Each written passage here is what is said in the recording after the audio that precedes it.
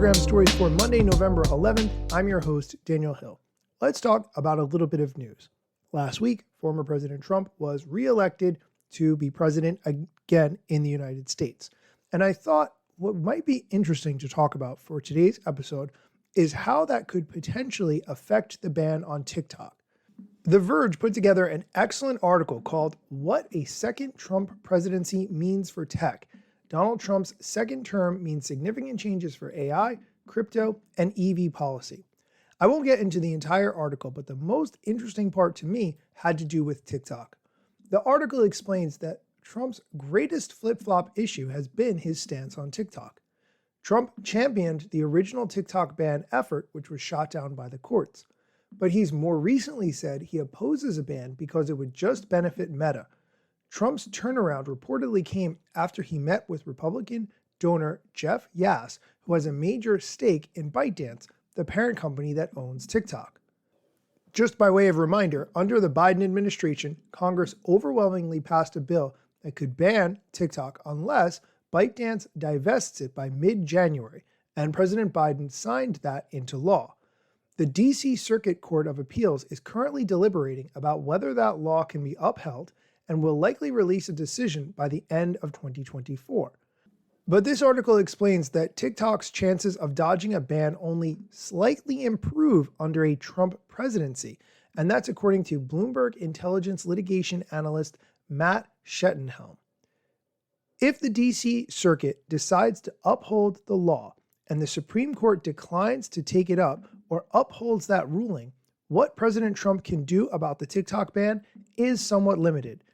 He could grant an extension of up to 90 days for ByteDance to complete its divestiture of TikTok, but under the law, he would need to certify to Congress that there's an actual plan underway. The law does leave the president some discretion to determine whether more apps besides TikTok fall under the divestiture's law's purview and what represents an adequate separation. But TikTok is written into the statute, so President Trump can't decide it no longer applies. This is where it gets interesting. The law doesn't give Trump much room to play with, the analyst Schettenhelm told The Verge in an email, though he could exercise some judgment in approving TikTok's divestiture proposal. Even if Trump took the unusual step of announcing his Justice Department wouldn't enforce the law, Schettenhelm writes in a note to his clients, quote, "Companies that carry the app would be undertaking enormous risk that Trump wouldn't change his mind and seek crippling penalties. We doubt they'd do so," end quote. The TikTok section of this Verge article concludes by pointing out that while the bill had very strong bipartisan support the first time around, now that President Trump has said he opposes a TikTok ban, it seems less likely Congress would spend valuable time on a bill that the president may not sign. When it comes to the whole topic of a TikTok ban, I try to refrain from giving my opinion as much as possible on this topic. I have thoughts, I have feelings, but I just try to report the news and the impact that it would potentially have. Because if you're a content creator or you're a small business owner, you want to know, is it worth your time to invest in a platform that may or may not be here at this time next year? And that is a very important determination for how you choose to spend your time and energy. Again, I will link to this Verge article so you can check it out for yourself. Okay, we are going to take a quick break. When we come back, marketing expert Nycole Hampton stops by to explain the best way to pitch brands if you want to make money through influencer marketing. So stick around. This podcast is supported by MIDI Health. Are you in midlife, feeling dismissed, unheard, or just plain tired of the old healthcare system? You're not alone. For too long, women's serious midlife health issues have been trivialized, ignored, and met with a just deal with it attitude. Many of us have been made to feel ashamed or forgotten. In fact, even today, 75% of women seeking care for menopause and perimenopause issues are left entirely untreated. But here's the powerful truth. It's time for a change. It's time for MIDI. MIDI is not just a healthcare provider. It's a women's telehealth clinic, founded and supported by world-class leaders in women's health. What sets MIDI apart?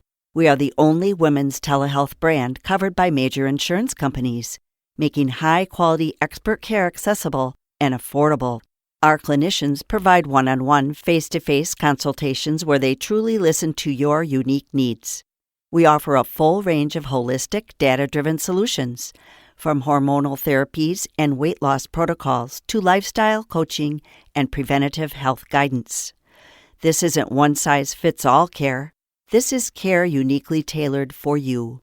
At MIDI, you will join our patients who feel seen, heard, and prioritized. You will find that our mission is clear: to help all women thrive in midlife, giving them access to the health care they deserve. Because we believe midlife isn't the middle at all. It is the beginning of your second act. Ready to feel your best and write your second act script? Visit joinmidi.com today to book your personalized insurance-covered virtual visit. That's joinmidi.com. MIDI, the care women deserve. Welcome back. Recently, I sat down with Nycole Hampton, who's a marketing expert. She has nearly 20 years of experience in the industry. She's worked on brand teams for global agencies, but her focus has been on influencer marketing. Interestingly, in advance of recording this interview, Nycole and I sent out a message on Threads asking both of our audiences what kind of questions they would be interested in hearing about. And a lot of answers came back. How to identify potential brand partners, how to write effective outreach emails, how to follow up with brands, how to price your services appropriately, all kinds of things. That is what we cover in this episode. Let's get into it. Today on the show, we have Nycole Hampton. Nycole, welcome. Hi, thanks so much for having me. Nycole, for people who might not be familiar with you, can you tell us who you are and what it is that you do? Yeah, absolutely. So I've been in the marketing industry for 19 years, 13 of which leadership. I have had the opportunity to lead brand teams, both in-house and at global agencies, really largely in influencer marketing and social media space, which has been exciting. I was an early adopter to both, so have really just been kind of exploring those and building as I've gone along. And I'm also an adjunct professor, and I teach both influencer and social media. That's great. I'm really looking forward to diving into this conversation. You did a wonderful job of polling not only your audience, but my audience as well, to kind of ask, what should we talk about? And we've got a great list. So I'm really looking forward to going through that. But one of the main topics that sort of came back was around how to outreach successfully. So if you're a content creator, you want to either begin working with brands or expand the number of brands you work with or the different kinds of companies. How do you actually do that in a successful way? And one of the things that I was really looking to get your take on is how should creators decide who they should reach out to, whether it's a specific company or who within that company would be appropriate to contact? Yeah, I think this is such a great question, and I see this on Threads actually all the time. So it's a very hot conversation right now. First and foremost, I think it's about identifying the brands that you need to reach out to. So I really think of it as kind of this two-pronged thing. You should create two lists. One is kind of this realistic list, brands that you have experiences with, and then the second one is really kind of, you can have your dream list. I think a lot of people just go straight to the dream list and just brands that they think are cool or they see working with influencers, and they really miss over this opportunity that is so rich. I kind of recommend, as an influencer, as a creator, grab a notebook, walk around your house, every room of your house, of your apartment, and literally write down every single brand that you own. So if it's Clorox in the kitchen, if it's whatever cheese in the, refrigerator, write down all of those brands. And then you're going to want to kind of pull forward the ones that you have the best relationships with, ones that you have been a repeat buyer of. Maybe you switched from a competitor brand of theirs, but those ones that you have like a little more depth to, once you kind of pull those forward, make sure you're really kind of taking notes of what that relationship is. Look at that kind of cold down list and then really think about which of these brands could potentially fit within your content. So obviously, if you're, like a food influencer, you might not do, your comforter in the bedroom. But really think about, if you've got a broad kind of no niche and you're just broad and it's your life, you really have a ton of opportunity there. But think about what makes sense. So then you can also obviously have your dream list, those brands that are just kind of like super cool. You'd love to work with them. It would be kind of checking off a bucket list. But if you go at it in both of these ways, you have these opportunities to have much better outreach notes, which is like really where it's at. And then obviously once you figure out the brand you're interested in, you can do digging on social media, LinkedIn for sure. I mean, obviously you're going to go find whether it's an influencer manager, someone on social. You can also just reach out via Instagram on social and ask like, hey, like who would I reach out to? I'd love to connect. Don't go in their DMs and do like a hardcore pitch like, hey, I want to like work with you guys and do X, Y, and Z. Just see if you can get the connection so that you can then kind of have that conversation. That's great. Once you find either the right person or the right path in order to start that conversation, from the other side of the table, what is it that brands are looking to hear? Are they looking for stats? Oh, my audience is engaged. I get this level of engagement on every post. What are they looking to hear from the content creator side? Yeah, I think it's really a mix between talking about the brand and talking about yourself. You really don't want to make it all about yourself, which I think sounds probably really funny to people, but you want the brand to know that you have experience with them, that maybe you're a big fan. Maybe you've been using them for 6 years. Maybe you switched from Coke to Pepsi and here's why you want to, talk about that. But first of all, really lead with the brand.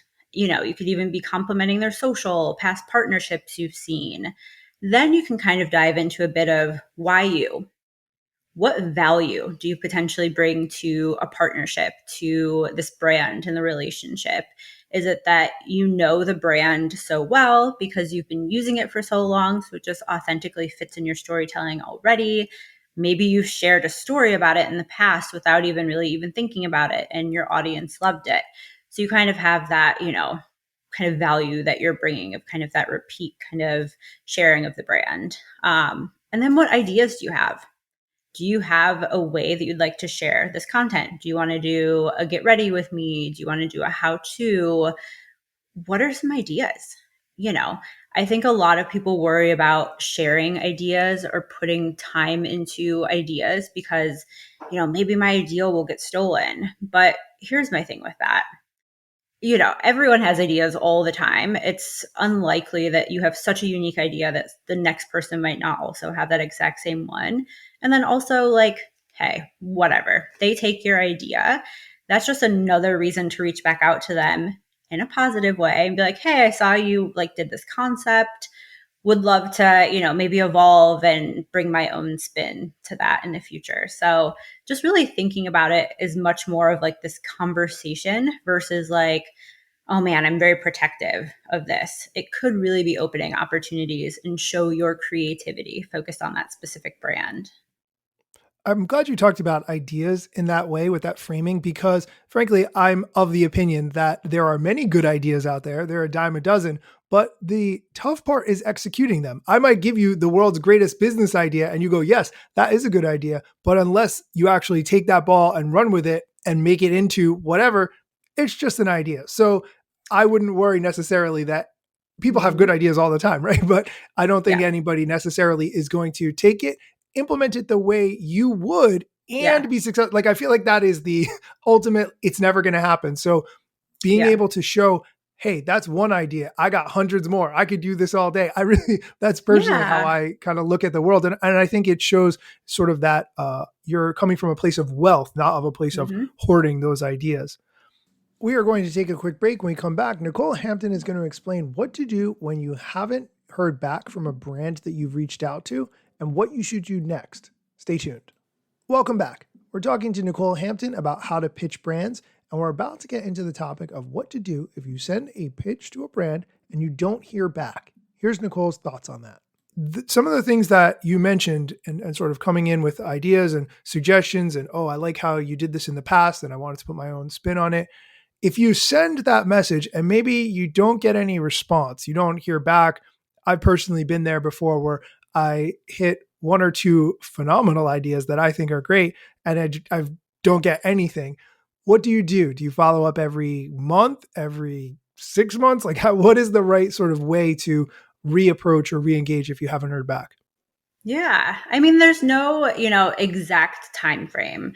I think you really want to think about it per brand that you're working with and kind of think about potentially seasonal moments. So let's say, for instance, Christmas is coming up or the holidays are coming up. And it's, an e-com brand where we know they're just going to be like selling, selling, selling. You want to reach out, a couple months prior to what their big moments might be. Or if it's a fitness brand, we know new year, new you. So again, like reach out a few months prior, and that can be your follow up and change your subject line, write like kind of a fresh email. You don't have to go too much more in depth. You obviously have some stuff, below, but you really want to think about like, hey, like, obviously Christmas is coming up. Was thinking about you guys again, saw a campaign maybe that you did last year for the holidays, thought that was, really cool, really interesting. I think the idea I shared before could actually really evolve into being something holiday focused. But again, it's really focusing on making that connection with them, your relationship with the brand, and also really thinking about, you want to keep it a little short, obviously, but it all goes back into this like relationship building. I think a lot of people stress like, hey, like I sent this custom pitch. It took me longer than just like a copy and paste. I didn't hear back. Or there wasn't a deal in the moment, which is a whole other thing. Like maybe you heard back, but it didn't work out in the moment. That's still a relationship. And the fact that you showed them that you cared more than 90% of the people who send them emails, which are people who are literally just like, hey, I'm this influencer. I have a spot left. Work with me. Don't ever do that. Or like, here's my roster. Here's all my talent. Like, who do you want to work with? None of that to me is like engaging for a brand. It's just giving that brand more work because then the brand has to go research you, research the roster. Whereas if you give them a concise email that's like, I know you have this coming up. I saw that you did this before. Like I could be a good fit here because my audience X, Y, and Z, because my relationship with the brand, all of these things are really going to help you stand out. I think that people think it happens way more than it does, like these super custom emails. I have gotten, and I've been agency in-house and agency, I oversaw dozens of clients, all different, types of industries. It is relatively rare that you get a custom email that isn't something that's just like so copy and paste that that they could literally have sent it to 80 different other brands that are completely different from you. So it's really just all about having that customization and showing them that the relationship with them matters.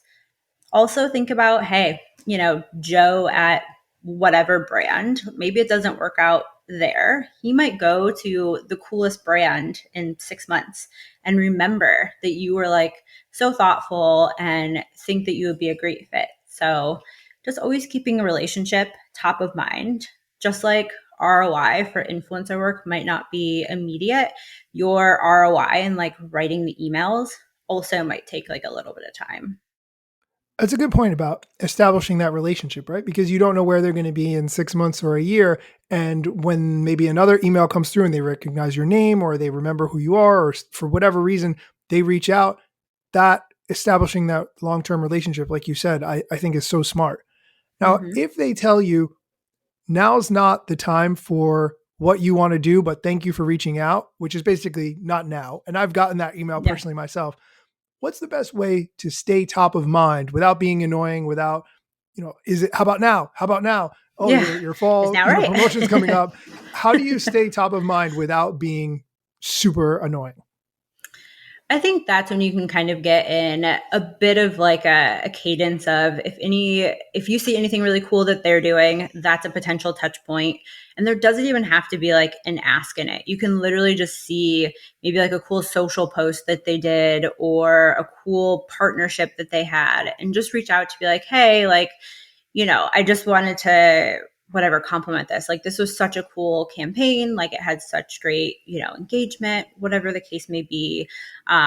So it could be something about that. Or alternatively, let's say you did a really cool partnership with a different brand, and maybe you created something out of the box, or you really like it was really successful for whatever reason. Like maybe your storytelling was just like on point and people loved it. You can also reach out and just say like, hey, I know obviously you guys plan in advance. I just wanted to show you something new that I just tried. Or maybe you just like bought the product again, tried a new flavor. It's just like thinking of like little angles, almost like thinking of like a creative angle to outreach and a creative angle to start a conversation. Almost think of it like networking. Like when you go to networking, you don't want to have the same generic conversations of like, where do you live? What do you do? Like you want like a little something like custom, a little something different per person. So it's that same thing. Like what is that little thing that might spark them to feel really good and just kind of keep up with you? Also maybe ask for feedback. If someone's like, we don't have anything right now, it's okay to ask like, oh, okay, like when do you typically hire creators? Like, what do you look for in creators? What do you consider?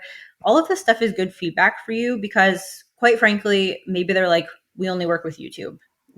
Go start a YouTube channel because maybe you only have TikTok and Instagram. But then Or you're not going to maybe, waste your time trying to make Mhm. follow-up emails that are going to hit and they keep telling Yeah, you not now if you don't have a YouTube channel. So actually, I think yeah. I think it takes guts to do that, but I think that's absolutely the move. Yeah, no, absolutely.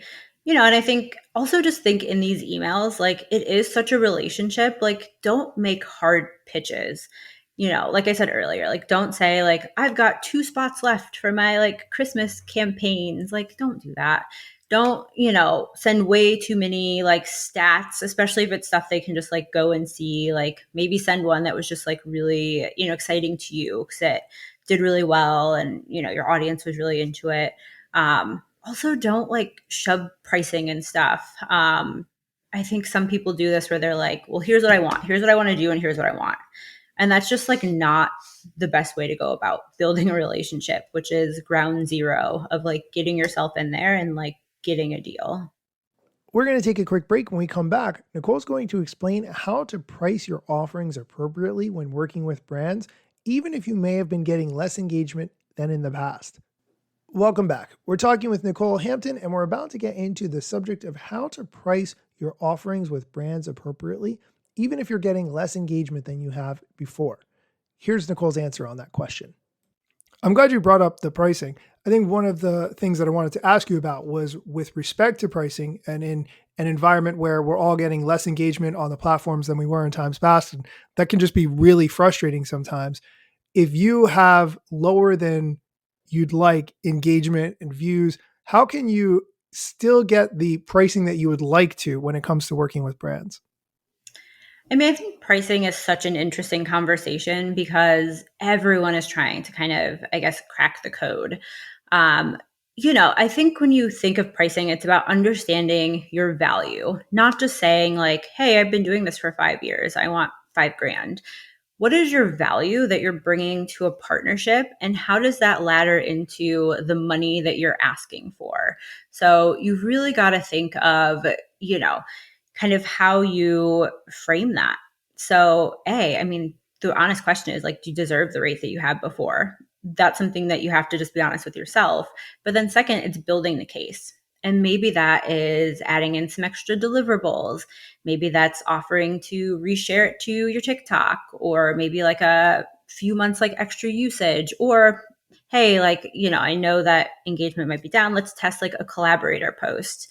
It's really about kind of figuring out that like collaborative conversation that's going to get you both to a place where it makes sense from a financial perspective and also from a performance perspective. Because when push comes to shove, always keep in mind that the brands are not just doing this for funsies. Like they're doing it because they need to achieve something. So help them understand how you can get them to kind of those benchmarks, the things that they need to achieve, and what your value is in that journey. I think that forces you to think every time what am I bringing to the table? What am I going to be able to do that another content creator isn't going to do, so that it Yeah. really comes across as very valuable for the brand. I love that way of thinking about it. Nycole, this has been great chatting with you. Can you tell us where we can find you online and what we can look forward to you creating in the near future?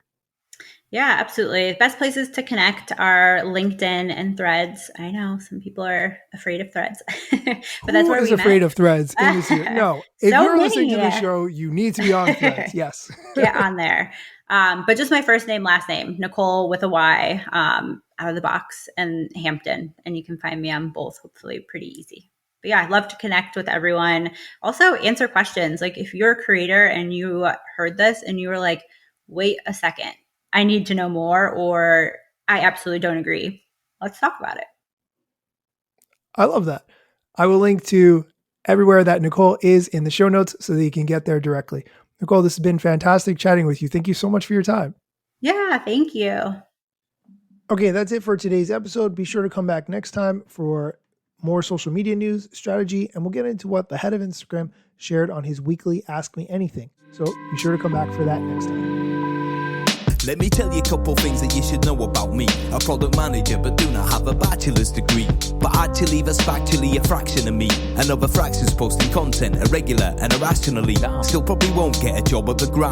They forgot, they don't know, or don't care who I am. That's why you never see me at the parties and events. My lack of followers must make me irrelevant. Don't have a course, a book to sell to make a bag of grand. Not a social media marketer, don't represent any brands. Plain to see, don't have an agency, but I got a lot of spam. Just putting in my work, without the glitz and glam. Won't catch me eating fish, unless it's shrimp or clam. No six pack, no risk that, there's a gym card in my hand. Don't have a full-time job, but I got a lot of plans. Stay plotting, dropping knowledge on TikTok and Instagram.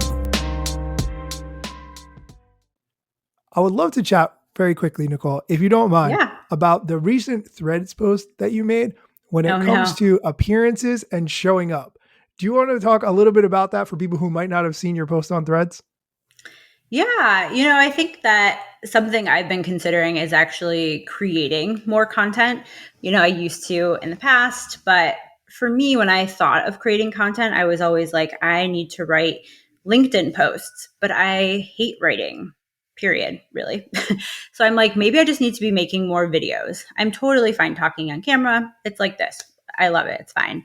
But then I was like, the barrier for women, this is just the case, is sometimes a little bit heavier because we have to kind of show up in a presentable way, which might be not with like the messy top hat or top bun, maybe like a little lip gloss on, maybe like a sweater or something. But it's just that like thought that you have to kind of show up in somewhat of a little bit of a polished way. Like, I don't necessarily think you have to be full glam unless you're a makeup artist and you're doing a makeup tutorial. But yeah, it's just, I think some people, especially if they are just not super motivated to make content, that can be the thing, like actually like going to do their hair, that like slows them down from like making all this great content.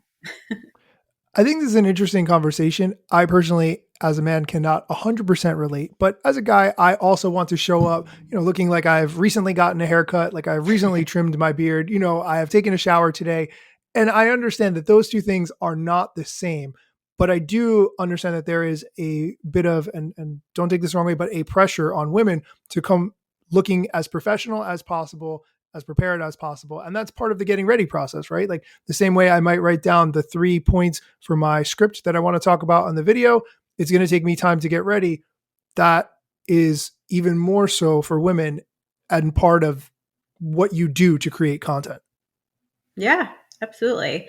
Just kind of showing up as your best self, because I think a lot of times too, like creating this content might be a bridge to building a brand, to maybe like getting a new job. So you kind of have to show up in almost like a way that you might show up in a job interview, if that's kind of what you're like doing it for. Yeah, it's super interesting. But then, once you get the job, you can go back to the hoodies and top bun. But and to your point about writing, that's one advantage of if you focus on blogging, if you focus on audio podcasts only, where appearance is not so much of a factor. I'm going to link to the post that you made about this on Threads so that if you are listening to this and you want to contribute to this conversation and discussion, you absolutely can. Yes. I'd love to hear other perspectives on this for sure. And I think some people are smart about it. They'll get ready and then they'll like change outfits and like do a ton of content, which is super smart, like get 10 videos done and just, change your shirt maybe.